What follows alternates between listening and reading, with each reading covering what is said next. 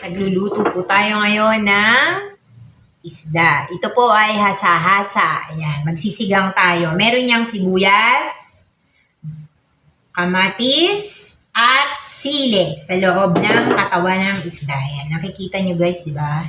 Ilalayo lang natin yung ating cellphone kasi naiinitan. Ayan, ilagyan ko rin po yan ng patis. Hindi ko lang naipakita sa inyo. Tapos, open na natin ang ating kalan. O, tapos, maglalagay na tayo ngayon ng ating sabaw. Isang baso lang naman kasi isda lang naman yan.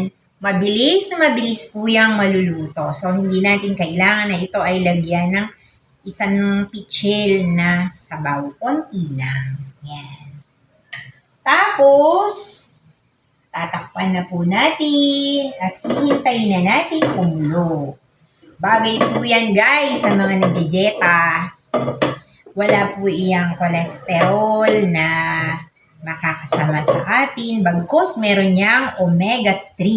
Dahil yan po ay isda. Mabuti yan sa ating puso. O, di ba? Kain tayo guys ng isda.